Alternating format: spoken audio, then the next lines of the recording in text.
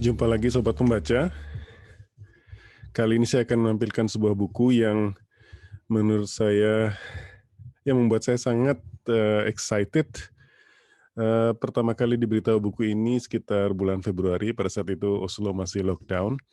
Ada sebuah proyek yang berhubungan sama bahasa, dan kolega di proyek itu bilang, setelah mengetahui saya menerjemahkan Kristin Lavransdatter,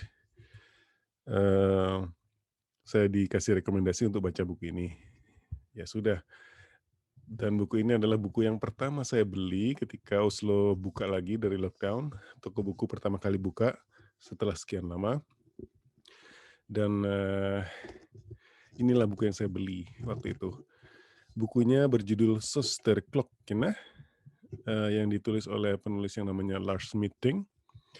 Saya baru tahu untuk dalam membuat presentasi ini bahwa ternyata sudah diterjemahkan ke dalam bahasa Inggris yang judulnya The Bell in the Lake. Saya harus bilang bahwa judulnya ini agak spoiler. Tapi karena ini karya fiksi, sekarang saya akan berusaha untuk tidak melakukan spoiler. Apa yang membuat sama dengan Kristin Lavransdatter? Yang membuat sama adalah lokasinya. Buku Kristin Lavransdatter lokasinya di tempat daerah yang namanya Gudbrandsdalen. Gudbrandsdalen adalah sebuah, kalau nama-nama tempat di Norway itu biasanya dikasih penanda apakah dia itu bukit, apakah dia itu lembah dan sebagainya dari bagian belakangnya. Kata dal, D-A-L, itu artinya lembah. Akhiran en itu menunjukkan partikel tertentu. Jadi the valley. Jadi Gudbrandsdalen adalah sebuah tempat, sebuah lembah yang terletak di antara Lillehammer ke arah perjalanan ke arah Trondheim. Yang sama dari buku Lars Mytting dan Kristin Lavransdatter adalah dua-duanya terletak di daerah ini dan sama-sama temanya sama-sama berhubungan dengan gereja dan kekristenan. Cuman di soal Kristin Lavransdatter terjadinya di awal tahun 1000-an. Jadi Norway barusan berubah dari pagan, dari jahiliyah ke Kristen. Sementara di bukunya Lars Mytting ini terjadinya sekitar 1880. Jadi agak berbeda.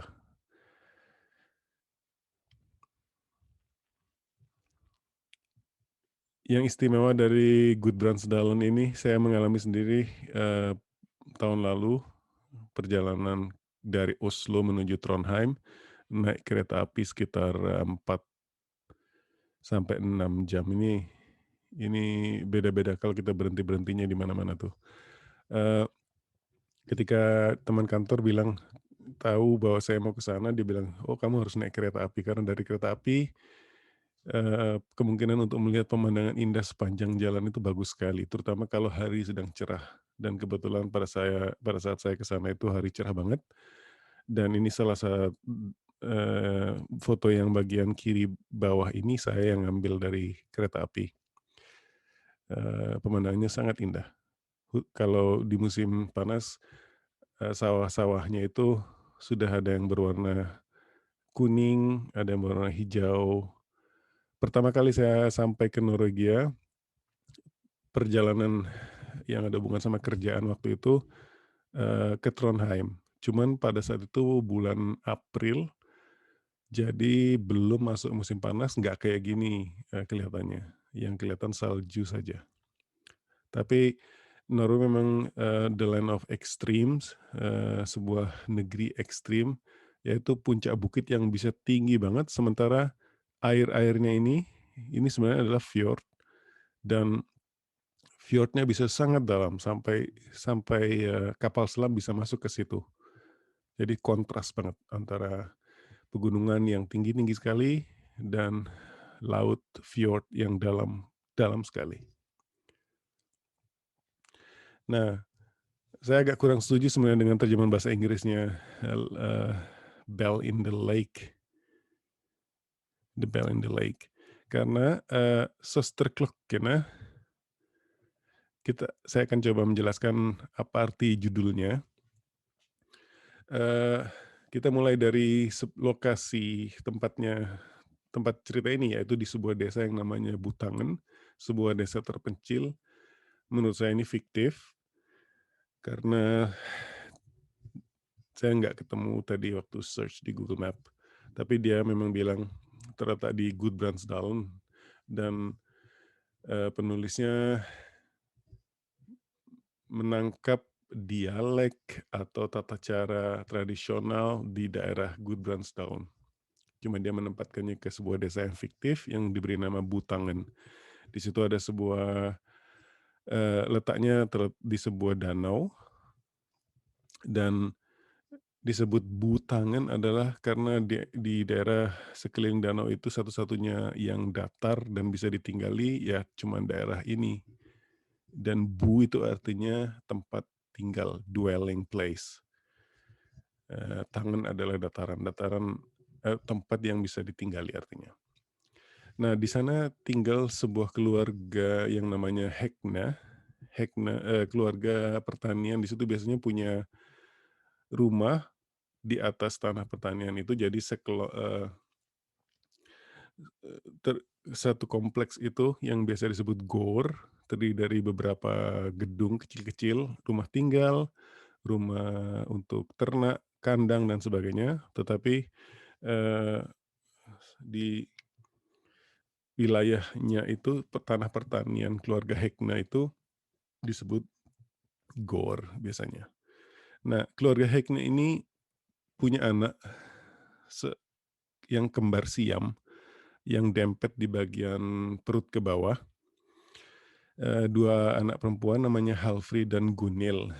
Ketika mereka lahir, eee, ya cukup menggemparkan buat orang tua, tapi mereka akhirnya bersyukur karena anaknya bisa tumbuh sehat.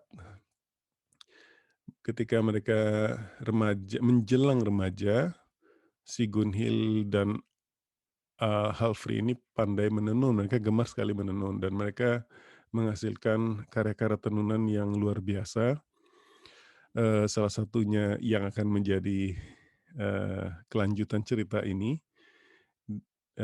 diberi nama Skroponokta, yaitu kain hasil tenunan yang, bisa dipajang di dinding, dan tenunan ini biasanya ada gambar-gambar yang di yang dilukiskan di situ. Skroponata ini melukiskan, adegan kiamat atau yang disebut juga Ragnarok dari mitologi Norrøn.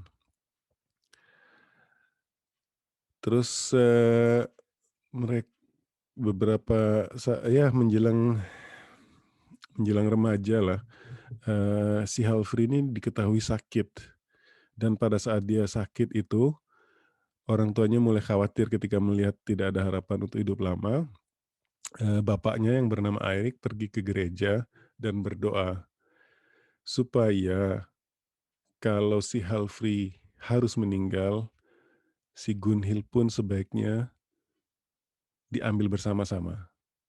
Kalau tidak, ya tidak. Jadi begitu doanya, supaya tidak terjadi kompleksitas kembar siam yang satu meninggal, yang satu tidak. Entah apa yang harus diperbuatkan pada zaman itu.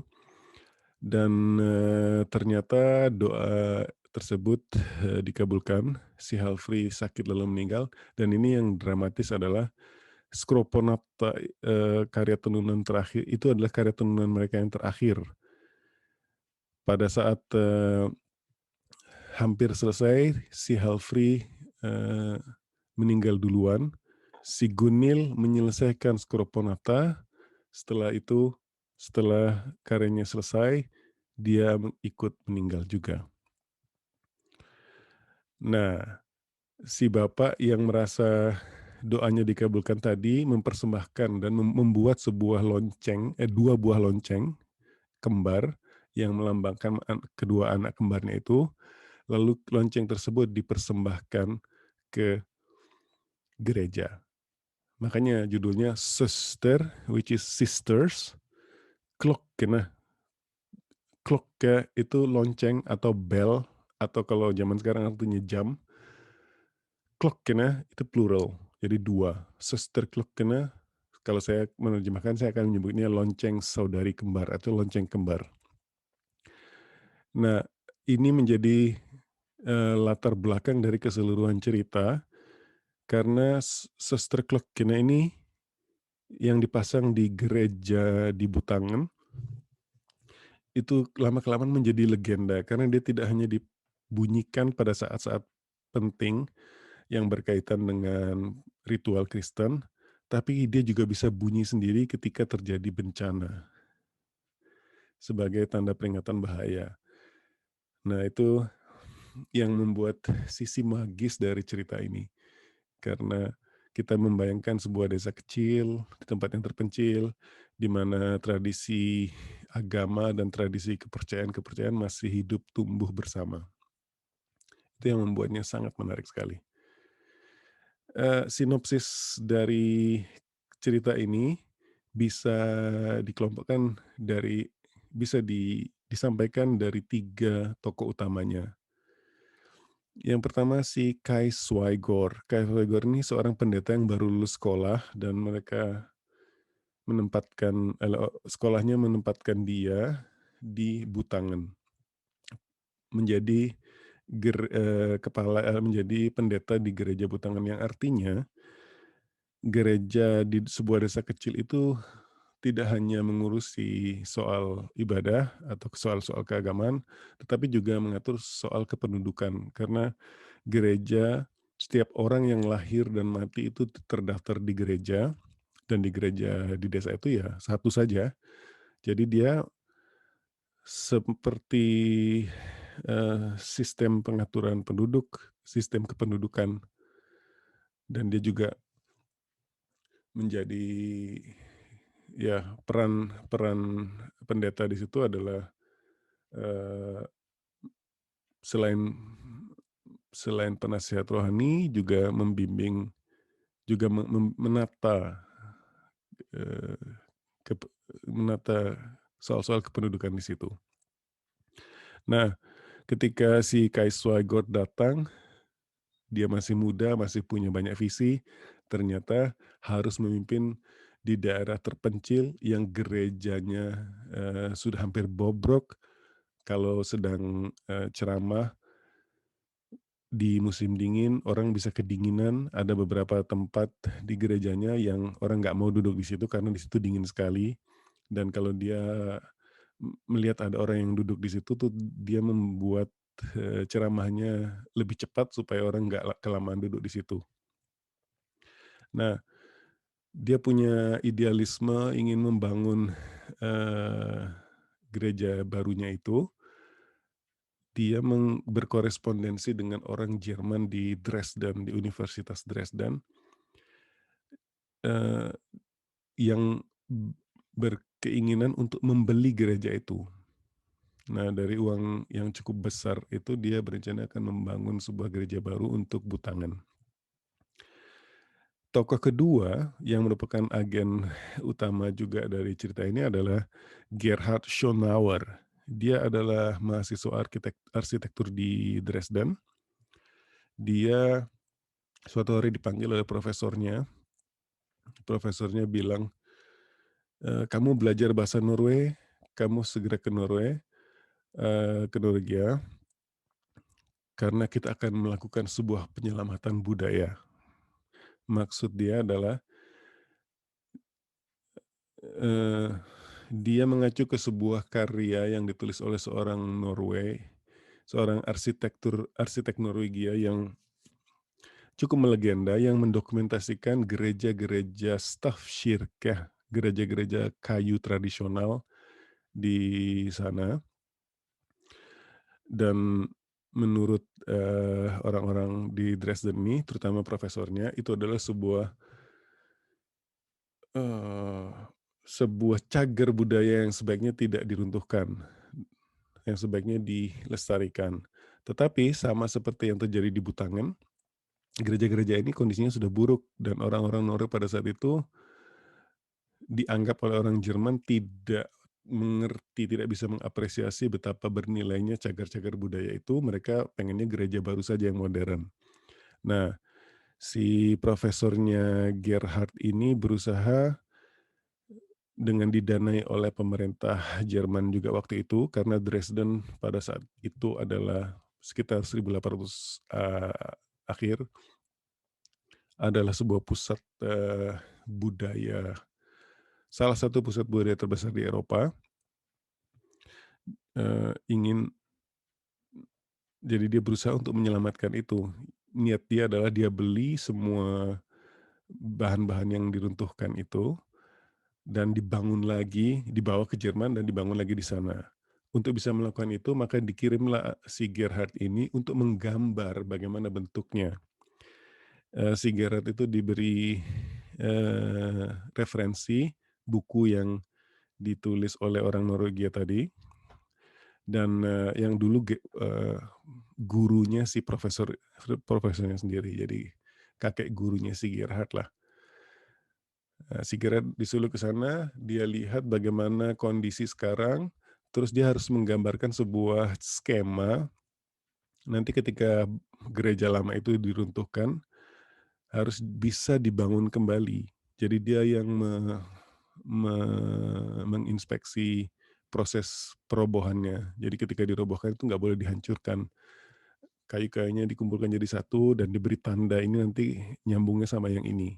Nah, itu tugas si Gerhard. Lalu tokoh ketiga adalah Astrid Hegna.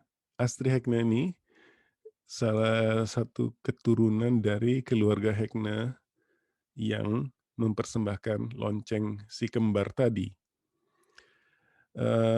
Astrid ini keras hati, penuh, rasa ingin tahu, dia juga gemar membaca. Ketika dia mendatangi ke, Kais Schweigaard di gereja, Kais Schweigaard ini karena orang kota, dia langganan, majalah-majalah dan langganan, koran-koran dari Lillehammer dan Morgenbladet, dan koran Morgenbladet ini masih ada sampai sekarang. Si Astrid itu biasanya minta pinjam ketika sudah dibaca dan dia jadi tahu banyak tentang dunia luar, dunia di luar butangan dari bacaan-bacanya itu. Dan dia juga tahu bahwa ketika lonceng kembar itu, ketika ada rencana untuk menjual gereja, dia langsung bilang, "Oh, berarti lonceng kembarnya akan ikut dijual juga." Dan dia bereaksi keras dan cerita ini, salah satu dorongannya adalah bagaimana usaha Astrid Hegna supaya lonceng kembar itu tidak dibawa ke Jerman. Eee, s dan ketika pada saat pertama kalinya si Astri ini melihat kedua lonceng tersebut, karena lonceng ini disimpan di sebuah tempat yang sudah lama sekali nggak ada orang datang. Orang merasa dekat sekali dengan lonceng itu karena bunyinya, tapi nggak pernah melihat bentuknya. Nah, ternyata di lonceng itu, di masing-masing lonceng itu ada tulisan, ada inskripsi, ukiran yang nama dari masing-masing anak itu, si Halfri dan si Gunil. Dan di situ juga ditulis nama ibu kedua anak itu. Dan nama ibu mereka ternyata Astri juga. Karena sama-sama keluarga Hegna tentu namanya jadi Astri Hegna.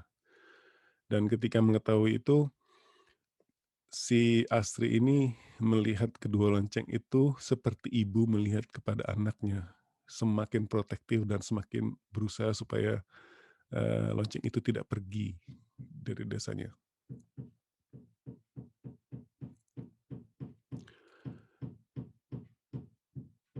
Nah, ini adalah gambar dari Staff itu artinya, artinya sebenarnya tiang, tapi atau pilar, dan kata staff itu juga bisa dipakai untuk tongkat kalau kita yang membantu buat berjalan. Tapi bentuknya Staff Kirche itu seperti ini, sangat tidak gereja seperti yang ada di bayangan kita. lebih mirip ke gambar-gambar zaman Viking dan memang itu yang berusaha diselamatkan oleh orang Jerman. Karena ketika gereja ini mulai menjadi tradisi, yaitu pada saat, eee, waktu sekitar tempat kejadiannya Christine Lavransdatter, gereja-gereja ini dibangun, Norwegia sedang mengalami proses kristenisasi, tapi mereka juga tetap menggunakan ukiran-ukiran dan hiasan-hiasan yang menggambarkan kisah-kisah dari legenda Noron, mitologi Noron, yaitu mitologi sebelum masa Kristen. Ini salah satu penggambaran gereja. Di gereja desa tuh biasanya kuburan diletakkan di situ juga. Jadi gereja itu adalah sentral dari kelahiran, kematian, dan sebagainya di sebuah wilayah.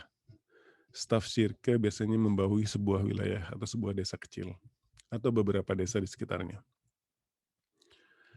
Nah, apa yang menarik dari buku ini? Buku ini sangat menarik buat saya. Sudah lama saya nggak merasa ketemu buku yang membuat saya nggak pengen berhenti baca. Walaupun sebenarnya saya bukan orang yang plot driven. Buku ini gaya penulisannya bagus sekali, lugas, liris, dan puitis. Di beberapa bagian yang saya tidak menduga akan indah, bisa jadi indah, bisa liris dan puitis. Tapi juga tidak ada pretensi untuk berusaha liris terus-menerus. Dan eh,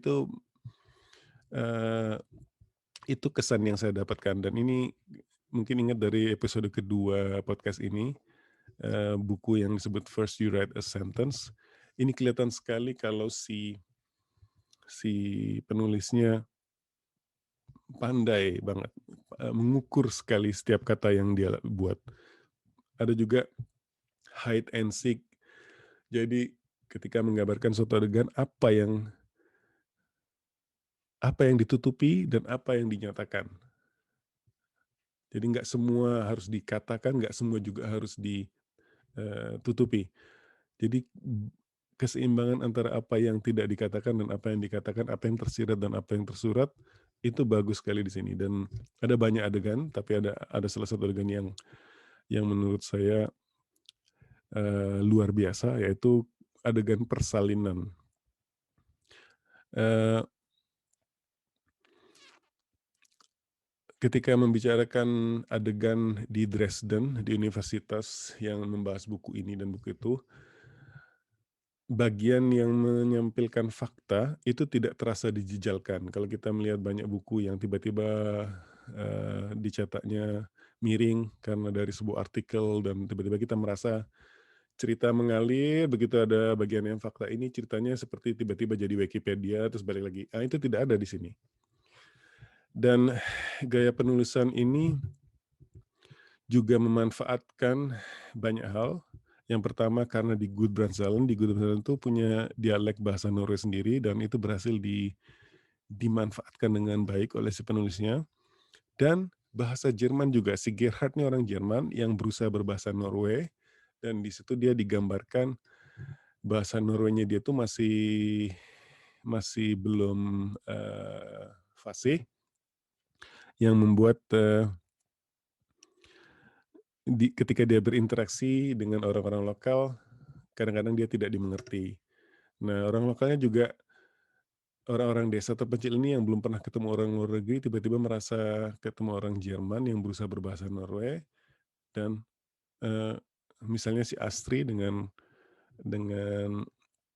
rasa ingin tahunya yang tinggi, dia bertanya macam-macam. Bahkan dia sempat belajar bahasa Jerman dari si Gerhard. Yang kedua adalah sense of humornya bagus sekali. Kalau di dalam stand up itu ketika kita melihat joke yang sempurna adalah joke yang kalimatnya itu tidak berlebihan dan tidak kekurangan. Cukup sekali, pas. Kalimatnya ekonomis, tidak terlalu singkat, tapi tidak singkat yang sengaja disingkatkan, tapi juga tidak bertele-tele. Tidak ada satu kata ekstra di situ. Dan ini dia berhasil melakukannya untuk menggambarkan hal-hal yang tidak hanya hal yang lucu, tapi juga hal yang sedih, hal yang tragis, dan kadang-kadang hal-hal fakta biasa. dan ada banyak selipan-selipan humor yang muncul tanpa diduga-duga ketika dia sedang membicarakan soal bunga atau tanaman yang tidak biasa tumbuh di butangan, terus ada orang yang berusaha menanam tanaman itu dengan cara yang khusus. Tiba-tiba di situ ada sebuah humor yang membuat saya tergelak nggak karuan. Dan itu cuma terjadi dalam satu paragraf di antara paragraf yang membicarakan hal yang lain. Menurut saya itu bagus sekali. Belum pernah saya menikmati membaca seperti ini, dan ini saya biasanya membaca itu mencari dua hal. Yang pertama mencari elemen-elemen yang ada di diri saya, atau mencari elemen-elemen yang saya ingin ada di diri saya tapi belum ada. Yang kedua adalah tekniknya. Jadi secara intelektual bagaimana dia mengeksekusi penulisan itu. Dan ini berhasil dalam dua aspek itu untuk menarik perhatian saya. Dan dia memasukkan elemen-elemen humor lagi dan sebagainya yang menurut saya sangat-sangat menghibur. Kadang-kadang buku bagus itu menghiburnya secara intelektual, tapi ini beneran menghibur dari banyak segi yang tidak hanya high minded. Terus yang menarik dari penokohannya juga, si Kai Schweiger, si Astrid Heckner, dan si Gerhard Schönauer, mereka punya perannya masing-masing, yaitu pendeta, arsitek, dan seorang anak gadis dari keluarga yang terpandang, dan mereka masing-masing melanggar perannya. Mereka tahu posisi mereka di society itu, mereka juga tahu apa yang diharapkan oleh masyarakatnya, tapi mereka juga melanggarnya. Dan mereka seperti seorang yang apa ya, sebentar agak silau. Mereka seperti ini yang bagus itu adalah mereka tahu bahwa uh, mereka itu bukan tokoh yang perfect. Itu yang ingin saya. Jadi di dalam diri manusia itu selalu ada daya yang tarik menarik atau saling bertolak belakang. Jadi tokoh itu tidak satu sisi saja. Itu yang menarik dan itu yang membuat saya suka. Saya suka dengan Astri. Saya jadi jatuh cinta dengan Astri karena cara dia bertindak, cara dia bertanya, cara dia berpikir, karena banyak sekali uh, monolog-monolog atau stream of consciousness yang terjadi di sini.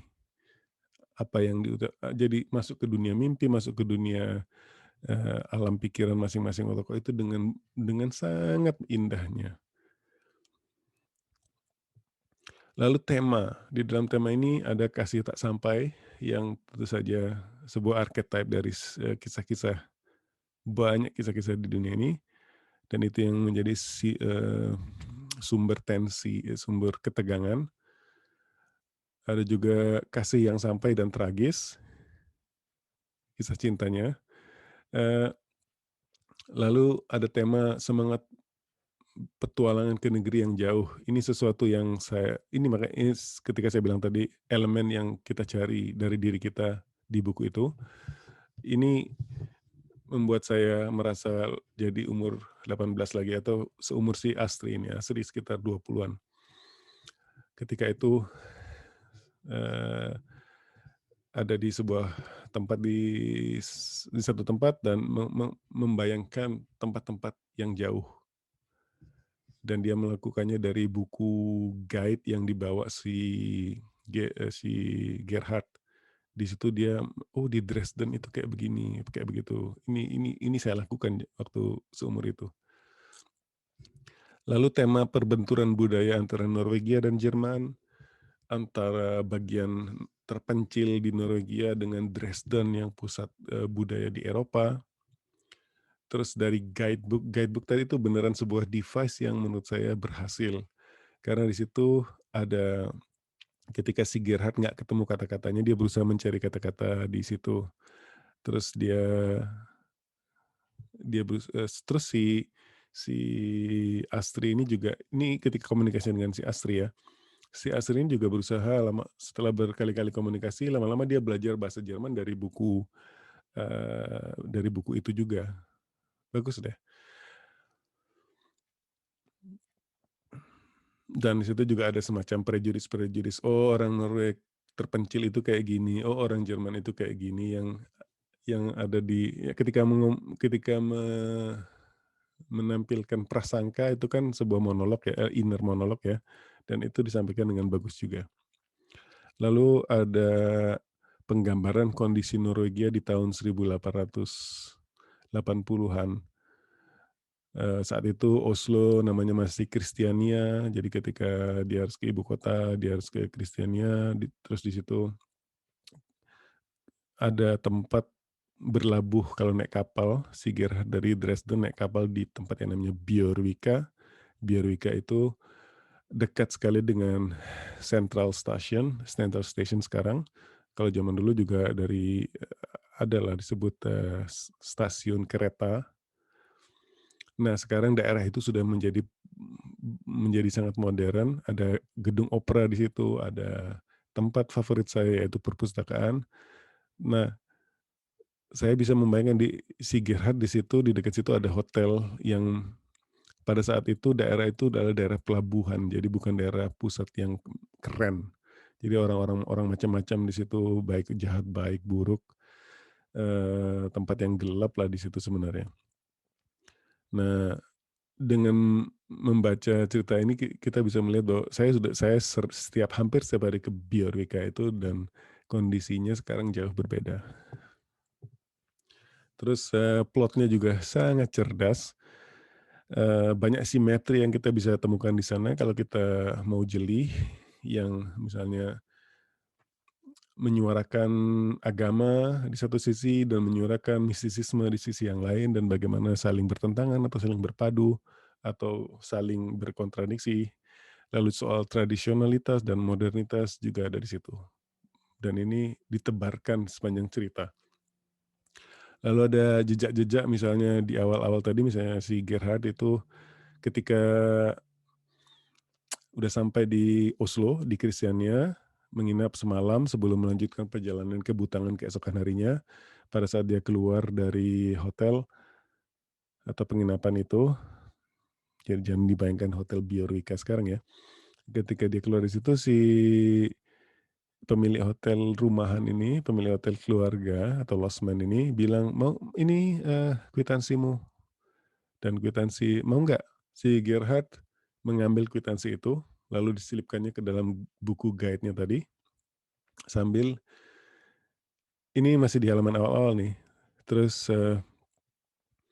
di paragraf yang menggambarkan adegan itu ditulis begini, "Dia tidak bisa membayangkan bahwa keputusannya menyelipkan kwitansi itu ke buku ini akan menyelamatkan sebuah nyawa." Habis itu ceritanya diam aja. Sampai di halaman-halaman terakhir, itu keluar lagi. Dan ketika membaca ini kejutannya tuh beneran mengejutkan. Jadi bukan sesuatu yang bisa ketika saya membaca, di awal tadi saya nggak kebayang. Ya saya tahu ini sebuah device nih, sebuah cara, untuk membuat plot jadi menarik. Tetapi dia tetap jadi menarik ketika saya tahu, oh ini maksudnya. Bahkan ketika saya menduga, oh nyawa siapa yang diselamatkan, ternyata bukan nyawa itu yang diselamatkan, yang diselamatkan nyawa yang lain lagi. Jadi kejutan-kejutan semacam ini menurut saya sangat cerdas dan membuat, pengalaman membacanya jadi luar biasa. Jadi saya nggak tahu apakah buku ini tersedia di Indonesia atau tidak, semoga segera diterjemahkan ke dalam bahasa Indonesia, atau kalau tidak ya silahkan cari edisi bahasa Inggrisnya. Gitu dulu, terima kasih.